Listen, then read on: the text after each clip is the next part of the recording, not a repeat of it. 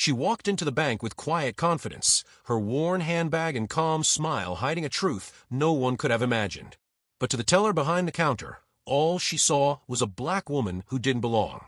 The smirk, the dismissive tone, the look that said you're not supposed to be here. It all came like clockwork. Yet what started as another moment of humiliation was about to turn into something that would leave everyone in that room frozen in disbelief. Because the woman they mocked wasn't just another customer, she owned the very place they worked in. But how did they find out? But first, please make sure to subscribe the channel and comment below from which city you are watching this video. Before that morning, Angela Porter's life was built on quiet strength and hard-won success. She wasn't born into privilege. Every step she took was carved out of late nights, second jobs, and doors that closed before she even reached them. Growing up in the South, she'd learned early that her skin could make people underestimate her before she even spoke. But she never let that stop her.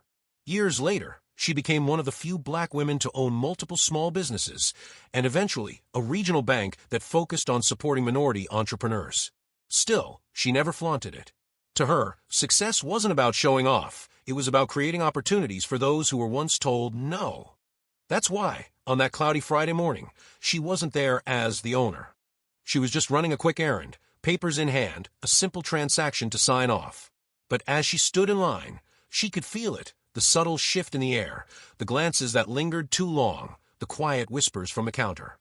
She didn't know it yet, but within the next few minutes, one encounter would expose just how deep bias can run, even in a place with her name etched on the walls. Angela stepped up to the counter with the same calm composure that carried her through years of business meetings and late-night deadlines.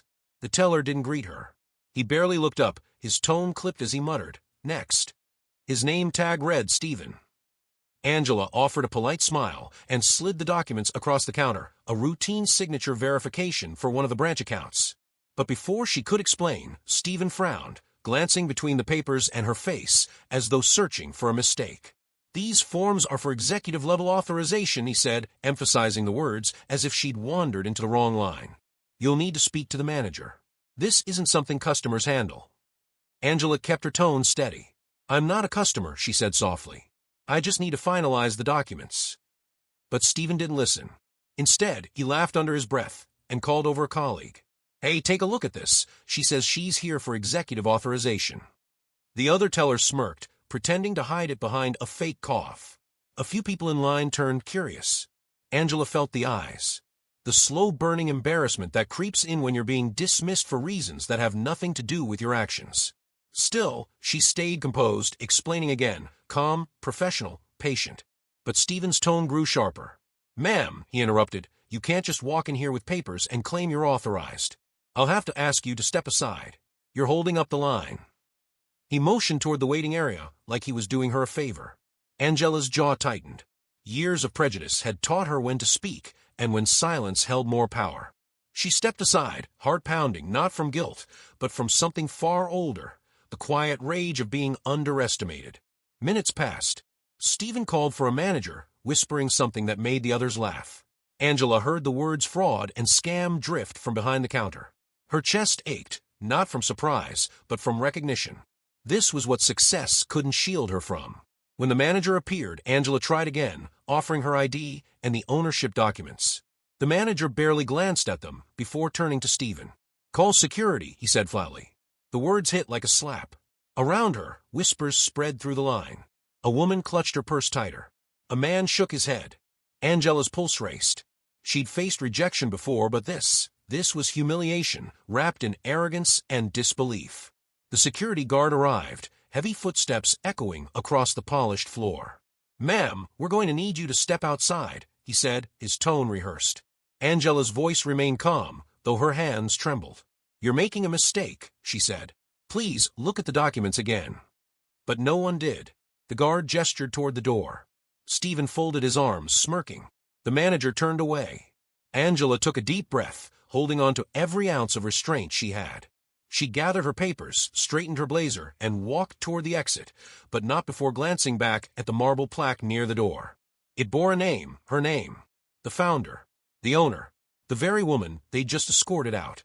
And as she stepped outside, the disbelief on the faces inside turned to confusion, then panic.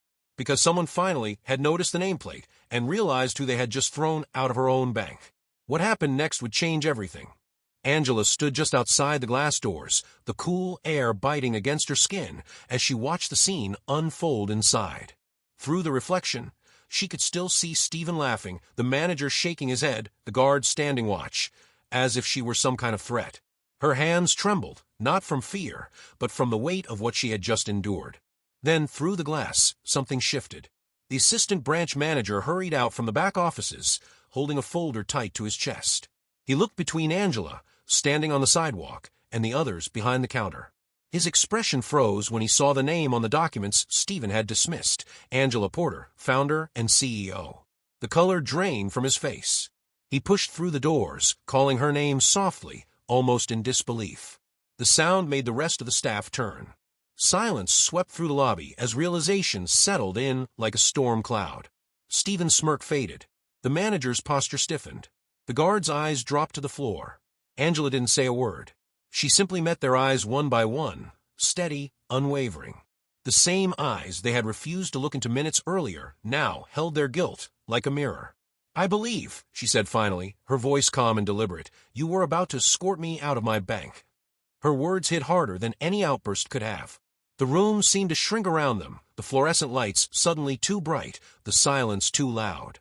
Stephen stammered, his words tumbling out in fragments, apologies, excuses, disbelief, but none of it mattered. Angela turned to the assistant, nodded toward the conference room, and said simply, "Let's handle the documents." She walked past the teller window, each step echoing through the marble floor, a sound that would haunt everyone who had doubted her that day. And for the first time, they saw her not as a customer, not as an inconvenience, but as what she truly was, the woman who owned everything they stood inside. But Angela wasn't done yet. What came next would turn this moment of humiliation into a lesson the entire city would never forget. The room never felt so small. The same people who had laughed, dismissed, and accused her now stood frozen in silence, faces pale, eyes lowered. Angela didn't raise her voice. She didn't need to. Her presence alone spoke louder than any confrontation ever could. With quiet authority, she signed the documents she came for, thanked the assistant manager, and left the same way she entered, graceful, poised, and unshaken. But what happened next rippled far beyond those polished glass doors. The story spread, first among the employees, then through the city.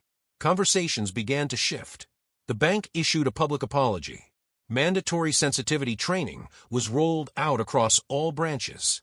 And Stephen, the teller who had mocked her, later admitted in tears that the moment changed how he saw the world.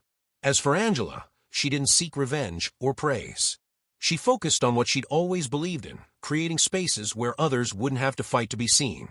Within months, she launched a new initiative under her bank's foundation, programs offering mentorship and financial literacy for young Black entrepreneurs, ensuring that opportunity wouldn't depend on appearance, but on potential. Yet even with progress, the truth remained painful. Angela's story was not unique. It was one of thousands that never make headlines.